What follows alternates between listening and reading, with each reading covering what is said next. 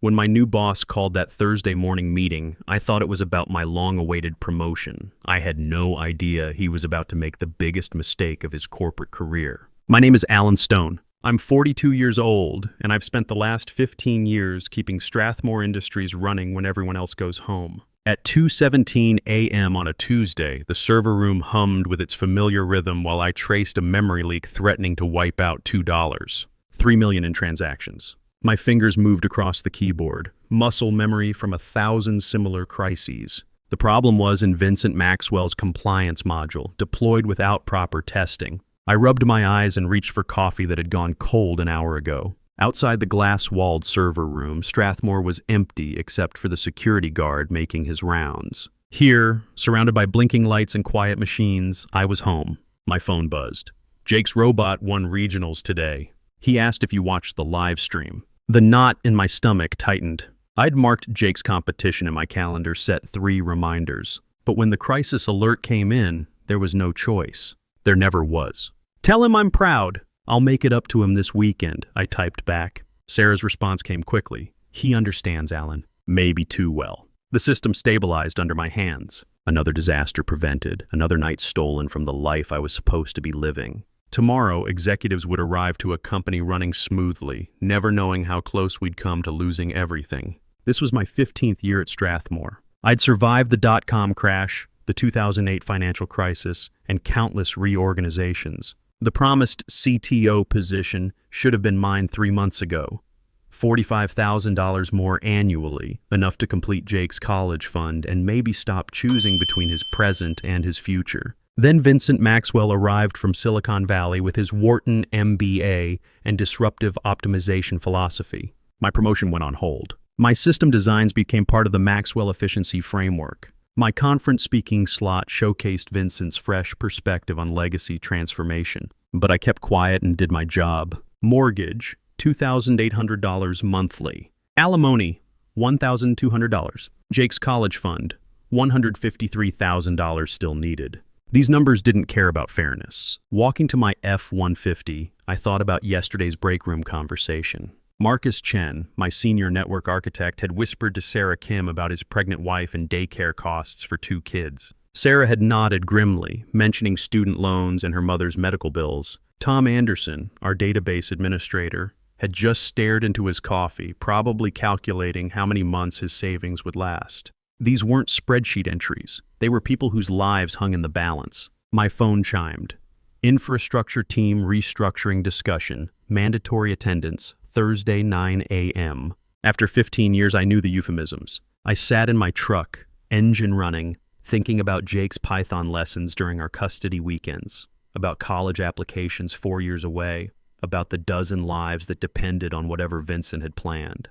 Then I remembered the system I'd built 6 years ago, my insurance policy against exactly this kind of corporate recklessness. The meeting request had been sent, but Vincent's preparation began weeks earlier with what he called efficiency audits. Tom Anderson had a different name for them after Vincent timed bathroom breaks with his Apple Watch. From his corner office overlooking the city, Vincent conducted his analysis with theatrical precision. He wore suits that cost more than most monthly mortgages, drove a Tesla that occupied the premium parking spot, and spoke exclusively in business school buzzwords that managed to sound important while saying nothing. I'd tried giving him the benefit of the doubt initially. Maybe inexperience with technical operations would be balanced by strategic thinking or financial acumen. 3 months of observation had crushed that hope. During our first one-on-one, Vincent asked me to explain the value proposition of redundant infrastructure. Insurance, I said simply. We pay extra for backup systems, so we don't lose everything when primary systems fail. Vincent nodded sagely, taking notes on his iPad. A cost center without direct revenue generation. Have you considered cloud-native solutions to eliminate these legacy dependencies? I explained our hybrid implementation, compliance requirements, client expectations for stability and security. Vincent listened with the expression of someone humoring a child. Interesting perspective. I'll take that under advisement as we optimize operational efficiency. That conversation repeated with different team members over the following weeks, always ending with Vincent's dismissive politeness and promises to optimize what we'd spent years perfecting. But I noticed something else in those meetings, a flicker of uncertainty in Vincent's eyes when technical details got specific. He'd glance at his notes more frequently, use vaguer language, retreat into safer buzzwords. The breaking point came when Vincent announced plans to migrate our entire database infrastructure to a cloud service that had existed for less than 2 years. What about compliance? Sarah Kim asked during the team meeting. Banking clients require specific security protocols. Legacy thinking, Vincent interrupted with his practiced smile. Modern solutions prioritize agility over rigid compliance frameworks. We must disrupt our own processes before competitors disrupt us. I watched Sarah's face. The exact moment a bright engineer realized her expertise was being dismissed by someone who'd clearly never written production code. But I also saw something else. Marcus and Tom exchanging glances. A silent conversation between professionals who'd worked together long enough to communicate without words. We weren't the only ones recognizing Vincent's limitations. Now Thursday morning, I surveyed the conference room. Marcus stared at his hands, probably calculating daycare costs. Sarah looked pale, thinking about loan payments. Tom's jaw was set in the particular way that meant he was fighting not to speak. But there was something else in their postures, a resigned readiness, like soldiers who'd accepted they were walking into a battle they couldn't win. Vincent stood at the head of the table, adjusting cufflinks with deliberate precision. His PowerPoint was loaded with colorful charts and stock photos of diverse business people pointing at things. Today marks historic transformation for Strathmore Industries, he began, clicking to a slide titled Operational Excellence Through Strategic Optimization. We're evolving from legacy infrastructure management to AI-driven cloud-first operations. My pen cracked in my grip. I'd heard enough corporate speak to recognize the setup. Vincent wasn't here to improve anything. He was here to cut costs and claim credit,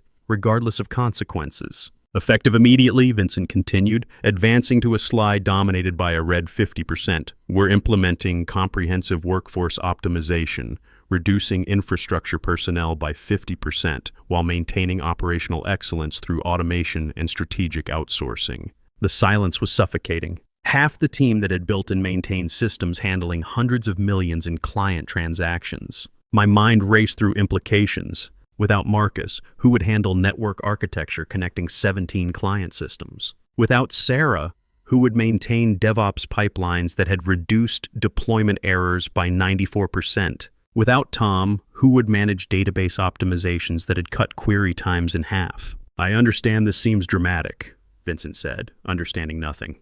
But modern companies don't need armies of server babysitters. We need agile teams leveraging cloud-native solutions and artificial intelligence to eliminate human error. Server babysitters. 15 years of 60-hour weeks, midnight emergencies, weekend calls preventing disasters worth millions, reduced to babysitting. But as Vincent continued explaining transition timelines and optimization metrics, my anger crystallized into something colder. Calculation. Vincent had just triggered something he couldn't know about. Something I'd built 6 years ago during the last time someone tried optimizing critical systems without understanding them. Sarah Kim raised her hand tentatively. The compliance requirements for our banking clients will be handled through automated governance protocols. Vincent cut her off. Sarah, I appreciate your attention to detail, but we need to think bigger picture here. I watched Sarah's face flush. She'd spent 2 years developing those compliance frameworks, working with federal auditors to ensure we met every requirement. Now Vincent was dismissing her expertise with a wave of his hand. Marcus Chen leaned forward. What about the network segmentation protocols? Those took 18 months to implement and test. Marcus, I understand change can be uncomfortable, Vincent said with false sympathy. But holding on to legacy implementations prevents us from embracing transformative solutions. Tom Anderson finally spoke up, his voice carefully controlled after 15 years of institutional knowledge being reduced to buzzwords. Have you reviewed the disaster recovery procedures? Because if we lose half the team... Tom, Vincent interrupted with a patronizing smile. Disaster recovery in cloud-native environments is handled through automated failover systems. We don't need manual procedures when we have artificial intelligence managing our infrastructure. I realized Vincent didn't understand that the artificial intelligence he kept mentioning was just software that still needed human beings to configure, monitor, and fix when it inevitably broke down. Questions? Vincent's final slide appeared. Nobody spoke, the decision was made. This wasn't discussion, it was notification. I walked calmly back to my office while colleagues whispered frantically in hallways. My hands were steady, breathing controlled. While panic began spreading, I sat at my computer and opened a terminal window. The Sentinel protocol had been waiting 6 years for this moment. During the 2018 security breach that nearly destroyed our reputation with banking clients, I realized the company's biggest vulnerability wasn't external hackers. It was internal decisions by people who didn't understand the systems they controlled. So I created insurance, buried deep in infrastructure monitoring code where only a systems architect would look. The system was elegantly simple. Any significant personnel reduction, more than 40% of infrastructure staff, would automatically trigger compliance reports to everyone who mattered: board directors, external auditors, insurance underwriters, regulatory oversight bodies. Not opinions or recommendations. Technical assessments of system vulnerabilities, risk calculations, projected costs of the proposed changes, all generated automatically, time-stamped, distributed through encrypted channels bypassing normal corporate communications. The beauty was in its simplicity, like a smoke detector for corporate decisions, silent and invisible until someone did something dangerous enough to trigger it. At 9:47 a.m., 13 minutes after Vincent's meeting ended, the Sentinel protocol activated. My screen flickered as monitoring systems registered the personnel change and executed programmed responses. Reports generated, encrypted, transmitted. Email alerts fired across networks to distribution lists Vincent had never seen and wouldn't understand.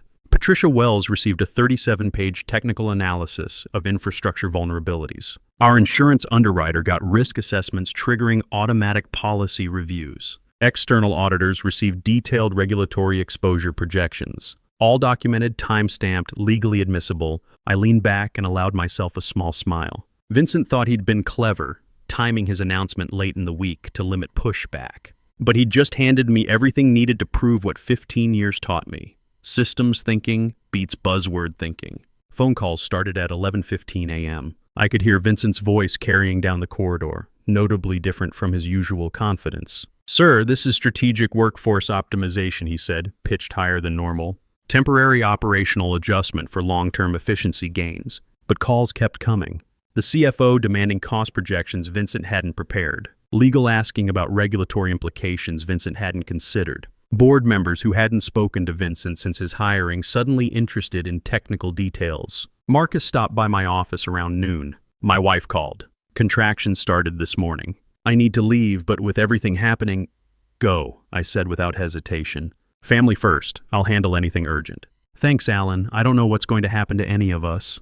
"We'll figure it out. Take care of your family." As Marcus logged off, I realized Vincent's optimization was already causing casualties. People too stressed to think clearly, too scared to make good decisions, too focused on survival to do their jobs effectively. My phone rang. Patricia Wells, direct line. "Alan," she said without preamble, "I've got some very concerning reports about infrastructure vulnerabilities in my inbox. Vincent says this is routine operational adjustment, but our insurance company is threatening to suspend our cyber liability coverage. I need someone who understands these systems to explain what's actually happening here." I chose my words carefully. "I can provide technical analysis, Patricia, but I should mention I'm directly affected by proposed changes, so you might want to consider whether I'm the right person for objective information. Right now, you're the only person I trust to tell me the truth," she said.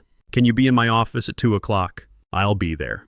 Looking around my office, 15 years of accumulated knowledge, technical manuals, compliance documentation, vendor contact lists, emergency procedures existing nowhere but in my head and handwritten notes. I realized half of Strathmore's institutional memory sat in this room. Vincent wanted to eliminate it for quarterly cost savings. Sarah messaged me, LinkedIn exploding with warnings about Strathmore. Someone leaked Vincent's presentation, getting ugly fast. I opened LinkedIn and found the post. Screenshots of Vincent's presentation with commentary attracting hundreds of industry comments. This is what happens when MBAs try optimizing critical infrastructure without understanding what they're optimizing, one CTO wrote. I've seen this pattern before. It never ends well. A principal engineer from a major consulting firm added, "Any company cutting infrastructure staff 50% while claiming to maintain operational excellence is lying to themselves or their clients. Probably both." The thread gained momentum with IT professionals sharing horror stories about optimization initiatives leading to security breaches, system failures, regulatory fines, Vincent's grand gesture was becoming a real-time cautionary tale. Time for facts. Patricia Wells had been a systems engineer before becoming a venture capitalist, then board member. Her office reflected that background, clean, organized, with technical books that looked red rather than decorative. She was reviewing documents when I arrived, reading glasses perched as she flipped through what looked like the Sentinel Protocol's risk assessment. "Sit down, Alan," she said without looking up. "I've been reading about critical infrastructure vulnerabilities and regulatory compliance exposure for 2 hours. Help me understand what Vincent actually proposed." I opened my prepared portfolio. Short version, he wants to cut our infrastructure team in half while maintaining the same service levels for clients who pay premium prices specifically for our reliability and security. Long version, technically possible, but only if everything goes perfectly, all the time, forever.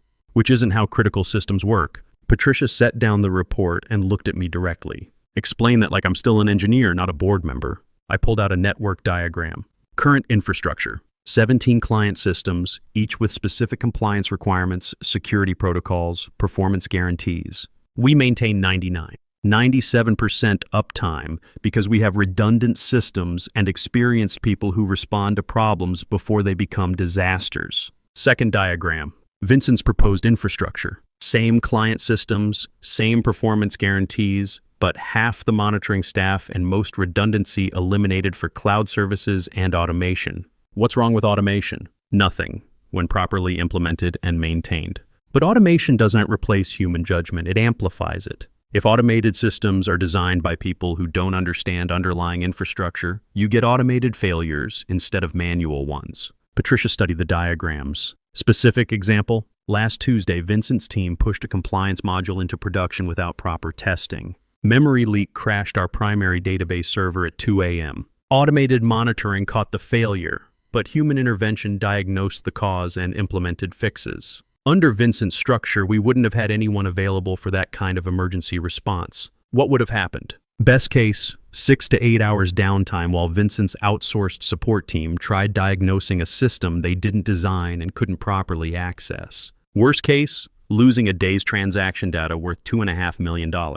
Patricia made notes in the margins. Vincent showed the board impressive cost savings projections. 15% operational expense reduction, improved efficiency metrics. Those projections assume everything works exactly as planned, I said. But infrastructure isn't theoretical. When systems fail, and they will, you need experienced people who understand how to fix them quickly. That experience costs money, but it's insurance against much larger costs. I pulled out another document. 3 years ago, a competitor tried similar optimization. Cut infrastructure team 60%, moved everything to automated cloud management. Within 6 months, 2 major security breaches and compliance violations costing their largest client and resulting in federal fines. I slid the document across. The infrastructure team they eliminated cost $800,000 annually. The problems that elimination caused cost $47 million. Patricia studied the case study, expression growing serious. You think Vincent's proposal puts us at similar risk? Vincent treats infrastructure as cost center instead of business enabler. Our clients pay premium rates because we're reliable. If we sacrifice reliability for short-term savings, we'll lose the clients that make those savings worthwhile. Has Vincent seen this analysis? I tried scheduling a meeting to discuss technical implications. His assistant said he was focused on strategic planning and didn't have time for legacy concerns. Patricia's eyebrows rose. Legacy concerns? His words, according to his assistant. Patricia gathered the documents and aligned them neatly. Alan, direct question, direct answer.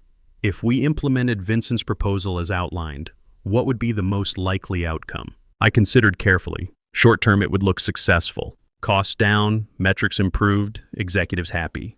But infrastructure problems compound over time. 6 months, maybe a year, we'd start seeing system failures we couldn't diagnose quickly enough, security vulnerabilities we couldn't patch fast enough, compliance issues we couldn't resolve before they became violations. And then, we'd spend far more fixing emergency problems than we ever saved eliminating the people who could have prevented them.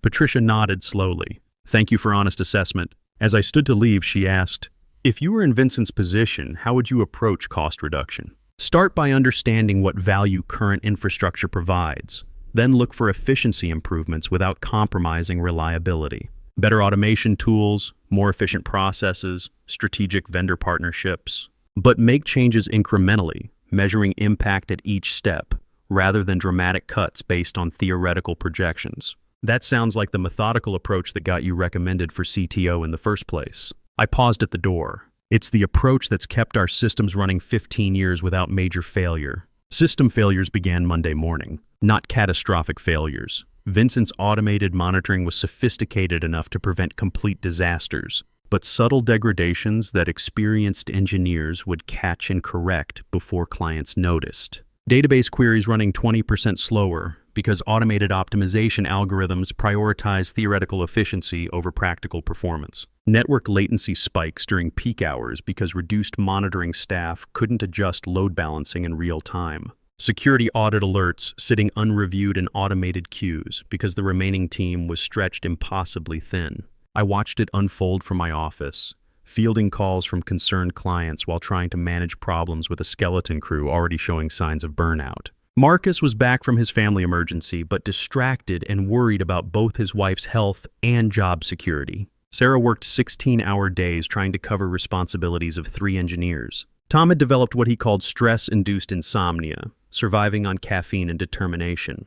Tuesday brought the first client complaint. ChemCorp's CTO called me directly, bypassing normal support channels. Alan, we're seeing performance issues with transaction processing. Response time's up 40% from last month. Our CFO has questions I can't answer. I pulled up ChemCorp's system metrics while keeping my voice professionally neutral. I can see the latency you're referring to. Recent infrastructure changes are affecting optimization algorithms. I'm working on a fix. Infrastructure changes? What kind? I chose words carefully. Staffing adjustments impacting our monitoring and response capabilities. Nothing affecting security or data integrity, but performance tuning has been slower than usual. Staffing adjustments. His tone suggested he understood the euphemism. Alan, I need you to understand something. We've been with Strathmore 8 years because you provide rock-solid reliability. If that changes, we have options. I understand. I'm personally overseeing the performance issues. Give me 48 hours. You've got it, but Alan, 48 hours, not 49. Wednesday's emergency came at 3 a.m. Primary backup system failed during automated maintenance, leaving critical client data protected by only secondary redundancy. Under normal circumstances, overnight monitoring team would detect and correct this within minutes. But there was no overnight team anymore, just automated alerts going to an increasingly exhausted on-call rotation. I got the call at 3:17 and was driving to the office by 3:22. By the time I'd diagnosed and corrected the problem, it was 6:30 a.m. and I'd missed Jake's morning robotics practice, the one he'd specifically asked me to attend. I called him from the parking garage. Hey buddy, sorry I missed practice. Emergency at work. It's okay, Dad. I know your job is important. It is important, but you're important too. How about breakfast before school? I already ate. Mom made pancakes. I heard the resignation in his voice. 14-year-old acceptance that Dad's job always came first. The same tone Sarah had used during our marriage, the growing distance that contributed to our divorce. Rain check for this weekend? Sure, Dad, love you. Love you too. Sitting in my truck after ending the call, I felt the weight of choices that weren't really choices. Vincent's optimization wasn't just destroying careers and threatening clients. It was stealing time from the people who mattered most. Thursday's meeting was corporate theater at its peak. Vincent had prepared another PowerPoint focused on performance optimization opportunities and operational excellence metrics. The conference room monitor displayed charts showing response times, system utilization, client satisfaction scores, all trending downward. As you can see, Vincent said, clicking through slides with practiced precision, our recent organizational improvements have revealed areas where technical execution isn't meeting strategic objectives. My jaw clenched. Organizational improvements meant layoffs.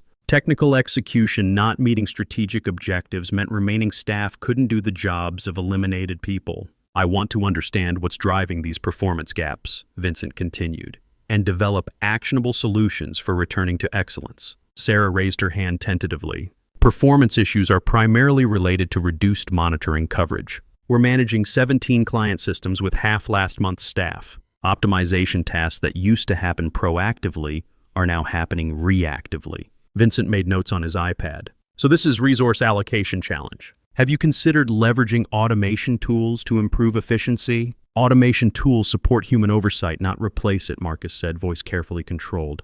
When automated systems encounter problems they weren't programmed to handle, they need human intervention. With reduced staffing, those interventions take longer. Interesting perspective, Vincent said with disinterested interest. Tom, you manage database systems. What's your assessment of optimization opportunities? Tom leaned forward, 15 years of knowledge evident. Database performance issues relate directly to the compliance module your team deployed without proper testing. It created memory leaks that compound over time. Under normal circumstances, we'd have caught and fixed this during development. But with compressed timelines and reduced oversight, I appreciate feedback, Vincent interrupted, but I'm more interested in forward-looking solutions than backward-looking blame assignment. What can we do differently going forward? I'd heard enough. Vincent, the problems we're discussing aren't mysterious technical failures. They're predictable consequences of reducing critical staffing without adjusting performance expectations. If you want specific solutions, either restore adequate staffing or reduce client commitments to match current capacity. The room went quiet. Vincent's practiced smile faltered before reasserting itself. That's certainly one perspective, Alan, but I'm confident that with the right efficiency optimization approach, we can maintain client commitments while operating with our current staffing model. Based on what evidence? Industry best practices and proven methodologies for infrastructure modernization. Can you cite specific examples of companies that successfully implemented similar reductions without service quality impact? Vincent's smile strained. I think this detailed technical discussion might be better suited for a separate meeting. Right now, I want to focus on immediate action items for performance improvement. I realized Vincent either didn't have examples or didn't understand why examples he might have weren't applicable. Either way, it confirmed my suspicion. Vincent's confidence was based on theory rather than experience. But watching his expression more carefully, I saw something else.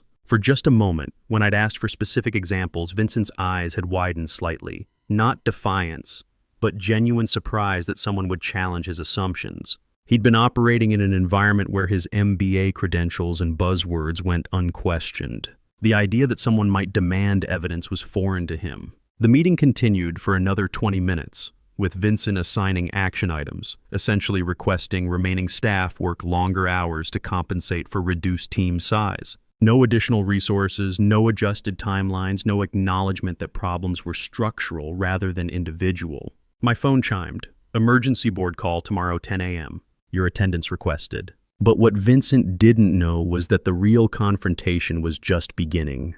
The emergency board meeting convened in the executive conference room with its polished mahogany table and wall-mounted displays showing real-time company metrics. I arrived 15 minutes early, reviewing notes and preparing for what might be the most important conversation of my career. Patricia Wells entered at 9:55, followed by 3 other board members I recognized but had never met personally. Vincent arrived last, carrying his iPad and wearing his characteristic confident expression, though I noticed his hands weren't quite steady. Let's get started, Patricia said without preamble. We've called this meeting to review the Infrastructure Optimization Initiative and its operational performance impact. Vincent, would you provide an overview of your assessment? Vincent launched into a presentation I'd seen variations of multiple times. Cost savings achieved, efficiency metrics improved, strategic positioning enhanced. It was polished, professional, and completely disconnected from what was actually happening to the company's systems.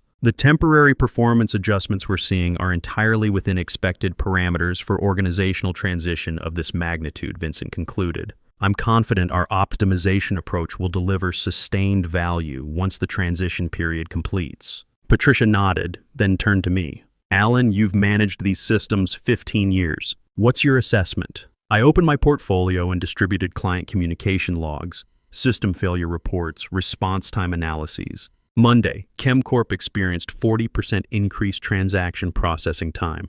Tuesday, Med Devices Compliance Monitoring registered 3 alerts that went unreviewed for 6 hours because we no longer have adequate oversight staff. Wednesday, our primary backup system failed and wasn't restored for 3 hours because our emergency response team has been reduced below sustainable levels. One board member I didn't recognize leaned forward. Are these operational failures or performance optimizations? Operational failures being classified as performance optimizations, I said. The distinction matters because failures require corrective action, while optimizations suggest problems are temporary and will resolve themselves. Vincent cleared his throat. I think it's important to maintain perspective. Every major infrastructure transition involves adjustment periods. The key is focusing on long-term strategic value rather than short-term tactical concerns. But Patricia was reading through my documentation with the focused attention of someone who understood technical systems. She looked up with a frown I recognized, the expression of an engineer who'd found a critical flaw.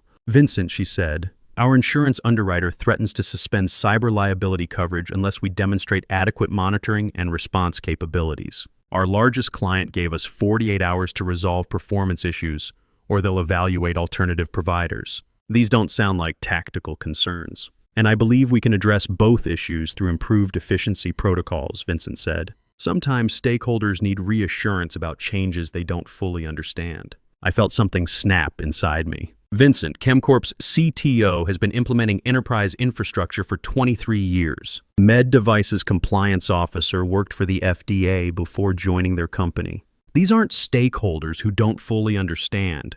They're experts who recognize system degradation when they see it. "That's an interesting perspective," Vincent said, his tone carrying the first hint of defensiveness I'd heard. "But I think—" "What do you think will happen," I interrupted, "when we lose insurance coverage and our largest client in the same week? Do you have a strategic plan for operating without cyber liability protection while explaining to remaining clients why our former clients no longer trust our infrastructure?" Vincent's confident smile finally cracked. "I don't think this kind of hypothetical scenario construction is productive for strategic planning." Patricia had been taking notes throughout the exchange. Now she set down her pen and looked directly at Vincent. "Vincent, I'm going to ask a direct question. Based on Alan's documentation and feedback we've received from clients and insurance providers, do you believe your optimization initiative is achieving its intended objectives?" Vincent straightened, reaching for the confidence that had carried him through 3 months of presentations. "Patricia, I believe we're experiencing normal transition challenges that will resolve as our team adapts to more efficient operational protocols. Change management always involves short-term adjustment costs for long-term strategic gains." "That's not what I asked," Patricia said. "I asked whether the initiative is achieving its objectives. Our objectives were cost reduction without operational impact. We're seeing significant operational impact. So are we achieving our objectives or not?" For the first time since I'd known him, Vincent looked uncertain. The polished veneer cracked, revealing something almost vulnerable, a man who'd believed his own buzzwords and was beginning to suspect he might be wrong. I believe we need to refine our implementation approach to better align with stakeholder expectations." "What does that mean in practical terms?" Vincent glanced at his iPad, then back at Patricia. "It means we need to optimize our optimization process." The silence that followed was painful. I could see the exact moment board members realized Vincent had no actual plan beyond the buzzwords he'd been using to describe problems he didn't understand. Patricia turned to me. "What would you need to restore stable operations? Either restore adequate staffing levels or reduce client commitments to match current capacity," I said. "We can maintain current service levels with the current team for maybe another month before something major breaks. After that, we're looking at significant system failures that will cost far more to fix than we saved by eliminating positions." "Specific numbers?" I opened to a page I'd hoped I wouldn't need. "To maintain current service levels indefinitely, we need to bring back at least 3 eliminated positions, plus hire additional monitoring staff for workload increases since the optimization. Total cost, approximately $280,000 annually. And if we don't make those changes, conservative estimate, we'll lose 2 major clients within 6 months, face at least 1 significant security incident, and deal with regulatory compliance violations that could result in federal fines. Total cost exposure, approximately $12 to $15 million.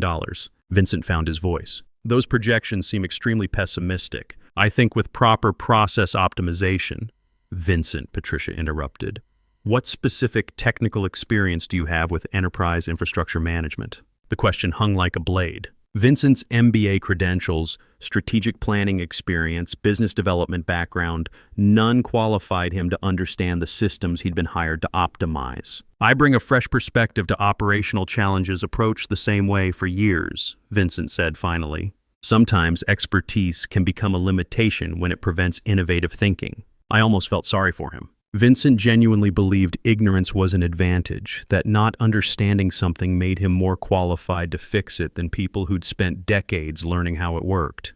Patricia, I said quietly, I have one more document you should see. I pulled out a folder marked confidential and slid it across. 3 months ago, a Fortune 500 manufacturing company implemented an infrastructure optimization initiative almost identical to Vincent's proposal. 55% staff reduction, cloud-first migration, automation-focused monitoring. Patricia opened the folder, expression growing progressively serious. They lost their largest client after a data breach that went undetected for 18 hours because they didn't have adequate security monitoring. The breach exposed 3 million customer records and resulted in federal investigation. Total cost, $47 million in fines, lawsuits, and recovery efforts. She closed the folder. The infrastructure team they eliminated cost them $900,000 per year. That's an extreme example, Vincent said desperately. There's no reason to believe Vincent, Patricia said. You're terminated effective immediately. The words landed like a physical blow. Vincent's facade crumbled entirely, replaced by desperate scramble of a man who just realized his career was over. Patricia, I think if we could discuss the strategic implications, security will escort you out, Patricia said. Alan, are you still interested in the CTO position? I looked around the conference room at board members who just witnessed the consequences of choosing style over substance, at Vincent gathering his things with shaking hands. I appreciate the offer, I said finally. But I think it's time for me to try something different. 3 weeks later, I incorporated Stone System Solutions in a small office building 10 minutes from my house. Marcus Chen was my first employee, followed by Sarah Kim. ChemCorp became our first client when their CTO called me directly. We tried working with Strathmore's new management, but after 3 system failures in 2 weeks, we decided we needed people who actually understand infrastructure. Within 6 months, Stone Systems had 5 major clients. Industry colleagues began taking notice, with technology publications reaching out for interviews about our approach to infrastructure management. The turning point came when a prominent newsletter featured our story as part of a broader analysis of corporate restructuring failures. Vincent's LinkedIn profile had gone quiet months earlier. Industry insiders mentioned he'd struggled to find new positions, with his association to the Strathmore incident preceding him through professional networks.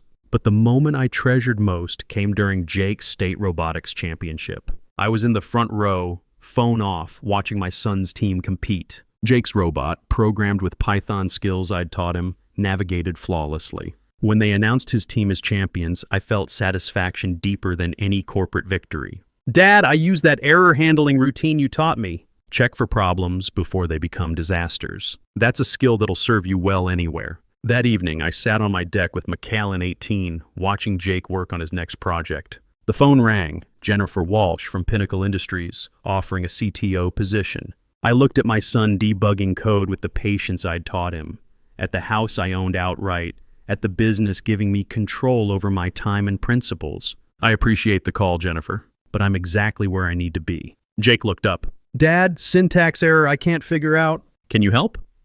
Absolutely, I said, setting down my whiskey. Let's debug this together.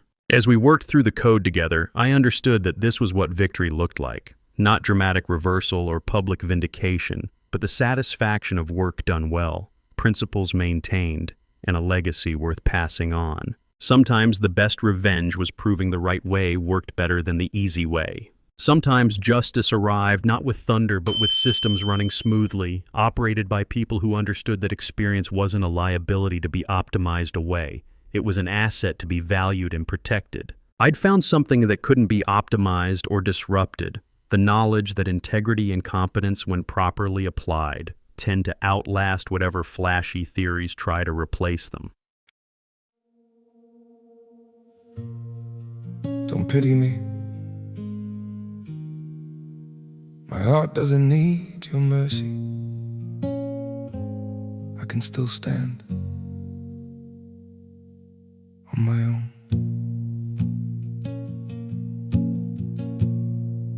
I was broken by your leaving, fell deeper than I thought I would. But pain has taught me how to heal now and survive what once I couldn't. You don't have to look back sadly, don't reach out with guilty hands. What you shattered made me stronger. Now I rise where I once collapsed. My heart doesn't need your pity. not another empty sign. I've got enough strength left within me to rebuild this life of mine. My feet are steady through the sorrow. I can stand through all the pain. You don't have to save me, darling.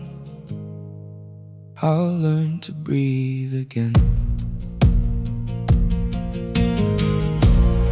I once begged for your affection. Now I've learned my worth in scars.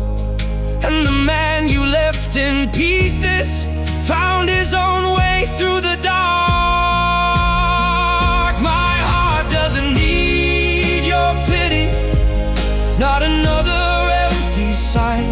I've got enough strength left within me to rebuild this life of mine. My feet are steady through the sorrow. I can stand through all the pain. You don't have to save me, darling. I'll learn to breathe again.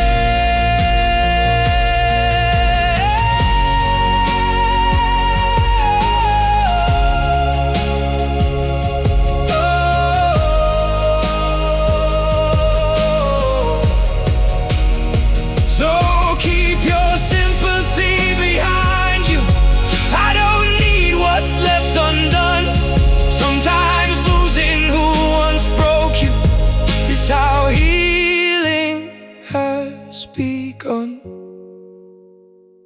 My heart doesn't need your pity, not another empty sign. I've got enough strength left within me to rebuild this life of mine. My feet are steady through the sorrow. I can stand through all the pain. You don't have to save me, darling. I'll rise alone again.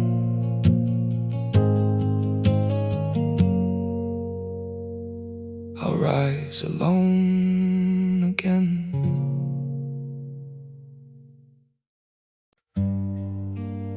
Some days feel off,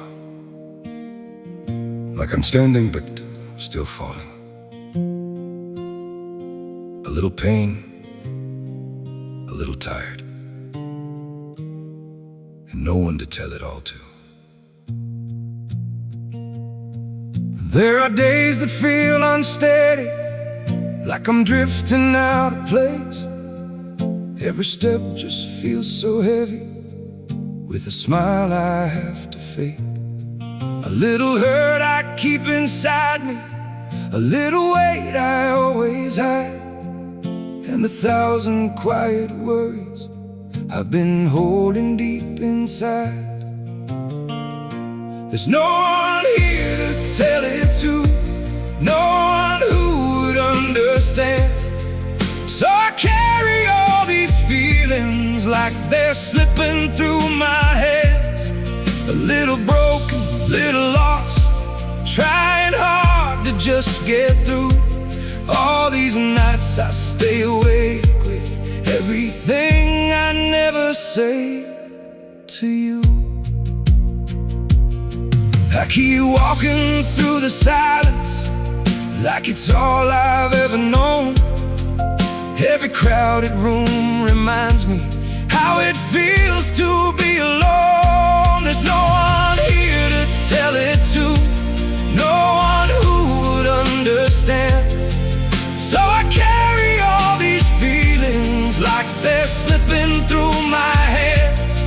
A little broken, little lost, trying hard to just get through. All these nights I stay awake with everything I never say to you.